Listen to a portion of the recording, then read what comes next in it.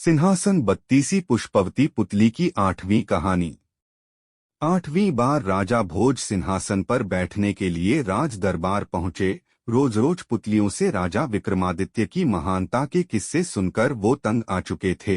फिर भी सत्ता और उस सिंहासन का मोह उन्हें राज दरबार खींच लाता था। इस बार उन्हें 8वीं पुतली ने राजा विक्रमादित्य के सिंहासन पर बैठने से रोक दिया और उनकी महानता का एक किस्सा सुनाया। राजा विक्रमादित्य को अपने दरबार में सुंदर चीजें रखने का शौक था। एक दिन उनके दरबार में एक बढ़ी आया। उसके पास साज सज्जा के कई सामान थे। बढ़ी को देखते ही दरबान उसे सीधे राजा के पास लेकर गया। राजा विक्रमादित्य ने उसे देखकर पूछा, क्या आपके पास ऐसा कुछ है जो इस महल की शोभा बन सके या फिर हमारे काम आ सके? बढ़ी ने कहा, महाराज, सामान तो बहुत हैं, लेकिन आपके लायक मुझे यह काठ का घोड़ा लगता है। राजा ने दूर से उसे देखा तो वह लकड़ी का घोड़ा नहीं, असली घोड़ा लग रहा था। कुछ देर सोचने के बाद विक्रमादित्य ने बढ़ी से पूछा, जरा इसकी खूबियां तो बताओ। उनके सवाल के जवाब में बढ़ी ने कहा, हे राजन, आप इसे देख ही चुके हैं। इसे कुछ ऐसे बनाया गया है कि यह असली घोड़ा लगता है। साथ ही इस पर कोई सवार हो जाए तो यह इतनी तेज दौड़ता है कि व्यक्ति हवा से बातें करने लगे। इसे न कुछ खाने की जरूरत पड़ती है और न किसी तरह के देखभाल की। बिना किसी खर्च के यह आपकी सेवा कर सकता है।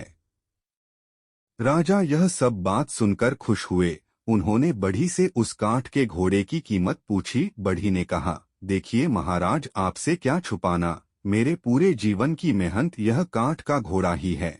इसे बेचने की कीमत मैं कैसे लगाऊं? आप जान ही गए हैं कि मैंने अपनी पूरी जिंदगी इसे बनाने में दी है। अब खुद ही इसका मोल लगाकर पैसे दे दीजिए। विक्रमादित्य ने तुरंत मंत्री से बढ़ी को 1 लाख स्वर्ण मुद्राएं देने को कहा। इतनी बड़ी कीमत सुनकर बढ़ी का मन प्रसन्न हो गया। इधर बढ़ी 1 लाख स्वर्ण मुद्राएं लेकर अपने घर को चला गया। उधर राजा ने काठ का घोड़ा सुरक्षित तरीके से तबेले में रखने का सेवक को आदेश दिया। कई दिन बीतने के बाद विक्रमादित्य के मन में हुआ कि क्यों न काठ के घोड़े की सवारी की जाए, पता भी चल जाएगा कि घोड़ा कैसा दौड़ता है। उन्होंने अपने मंत्रियों से जंगल विचरण के लिए काठ का घोड़ा तैयार करने को कहा। उसे अच्छे से सजाकर अन्य मंत्री भी राजा के साथ जाने को तैयार हो गए। सभी असली घोड़े पर बैठे और राजा काठ के घोड़े पर बैठ गए। राजा ने घोड़े को दौड़ने के लिए जैसे ही पैर मारा, घोड़ा तेजी से दौड़ने लगा। वह घोड़ा राजा को तेज गति से बहुत दूर ले आया। राजा ने आसपास देखा तो उनके मंत्री और दरबार के लोग कहीं दिखाई नहीं दिए। राजा अनजान व सुनसान जगह पहुंच चुके थे। कुछ देर बाद राजा ने एक बार फिर अपना पैर मारा। फिर से राजा का इशारा मिलने पर घोड़ा ऊपर आसमान में हवा की गति से दौड़ने लगा। अब राजा को घबराहट होने लगी। उन्होंने तुरंत घोड़े को जमीन पर उतरने का इशारा दिया। घोड़ा आज्ञा का पालन करते हुए नीचे आने लगा, लेकिन घोड़े की रफ्तार इतनी तेज थी कि वो एक पेड़ से टकरा गया। पेड़ से टकराते ही घोड़ा चूर चूर हो गया और राजा किसी जंगल में गिर गए। नीचे गिरते ही उन्होंने अपने पास एक बंदरी को देखा। वो राजा को कुछ इशारा कर रही थी। विक्रमादित्य उसकी बात को नहीं समझ पाए। राजा जैसे ही जमीन से उठे तो उन्हें पास में ही एक कुटिया दिखी। वहां जाकर राजा ने हाथ पैर धोए और पेड़ से कुछ फल तोड़कर खा लिए। अब राजा एक पेड़ पर चढ़कर विश्राम करने लगे। शाम के समय उस कुटिया में एक सन्यासी पहुंचा।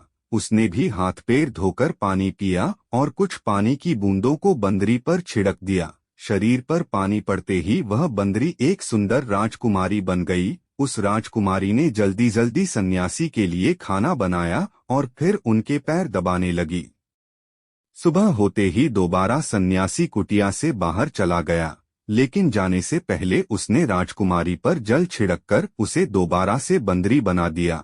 अब विक्रमादित्य भी नींद से जागे और पेड़ से नीचे उतरे। फिर बंदरी उन्हें देखकर कुछ संकेत करने लगी। राजा उसे नहीं समझ पाए और अंदर जाकर हाथ मुंह धोया। उसी जगह पर बंदरी आकर खड़ी हो गई। उसी समय बंदरी पर पानी की कुछ छींटे पड़ गईं। देखते ही देखते बंदरी फिर राजकुमारी बन गई। राजा ने जैसे ही बंदरी को राजकुमारी बनते देखा तो वह हैरान रह गए। विक्रमादित्य ने उससे इस बारे में पूछा। राजकुमारी ने बताया, मैं कामदेव पुष्पावती की बेटी हूँ।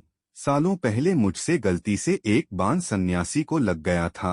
तब उन्होंने गुस्से में मुझे श्राप दे दिया कि मुझे उम्र भर बंदरिया बनकर सन्यासी की सेवा करनी होगी। मैंने सन्यासी को बहुत समझाया कि तीर उन्हें गलती से लगा था, लेकिन गुस्से में उन्होंने मेरी एक नहीं सुनी। कुछ देर बाद सन्यासी ने बताया कि राजा विक्रमादित्य आकर मुझे इस श्राप से मुक्ति दिलाएंगे और पत्नी बनाकर अपने साथ हमेशा रखेंगे, लेकिन ऐसा तभी हो पाएगा जब सन्यासी से मुझे कुछ भेंट में मिले।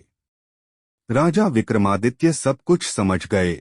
उस राजकुमारी की परेशानी को देखकर उन्होंने उससे शाम को सन्यासी से उपहार मांगने को कहा और संग ले जाने का वादा कर दिया। इसके बाद राजा ने उस राजकुमारी पर पानी डालकर उसे दोबारा बंदरी बना दिया। शाम को फिर सन्यासी घर आया और उसने बंदरी पर पानी छिड़कर उसे राजकुमारी बना दिया। राजकुमारी बनते ही उस महिला ने कहा कि उसे कुछ उपहार में चाहिए। उन्होंने तुरंत एक कमल का फूल उसे दे दिया। सन्यासी ने राजकुमारी को बताया कि यह फूल कभी नहीं मुरझाएगा और रोज एक विशेष रत्न देगा। फिर सन्यासी ने कहा, हे सुंदरी, मुझे पता है विक्रमादित्य यहाँ आ चुके हैं, तुम उन्हें बुला लो और खुशी खुशी उनके राजमहल चली जाओ। इतना सुनते ही राजा स्वयं वहाँ आ गए और राजकुमारी को अपने संग लेकर जाने के लिए अपने बेतालों को वहाँ बुला लिया। अपने राज्य पहुंचते ही राजा को देखकर एक बच्चा रोने लगा। विक्रमादित्य ने जब उससे रोने की वजह पूछी तो उसने राजा से वह कमल मांग लिया। उन्होंने खुशी खुशी उस बच्चे को कमल दे दिया और अपनी पत्नी के साथ राजमहल पहुंच गए। कुछ दिनों बाद दरबार में एक व्यक्ति को रत्न चुराने वाला चोर कहकर पेश किया गया। राजा ने जब व्यक्ति से पूछा तो उसने बताया, महाराज, मेरा बेटा एक दिन घर में कमल का फूल लेकर आया। वो रोज एक कीमती रत्न देता है, उन्हीं को लेकर मैं बाजार में बेचने को निकला था, लेकिन आपके सिपाहियों ने मुझे पकड़ लिया। व्यक्ति की इस बात को सुनकर राजा को बहुत दुख हुआ। सिपाहियों पर गुस्सा करते हुए राजा ने कहा, बिना सोचे समझे किसी को भी चोर बोलकर पकड़ लेना सरासर गलत है। आगे से इस तरह की हरकत नहीं होनी चाहिए। इसके बाद राजा ने उस व्यक्ति को छोड़ने का आदेश दिया।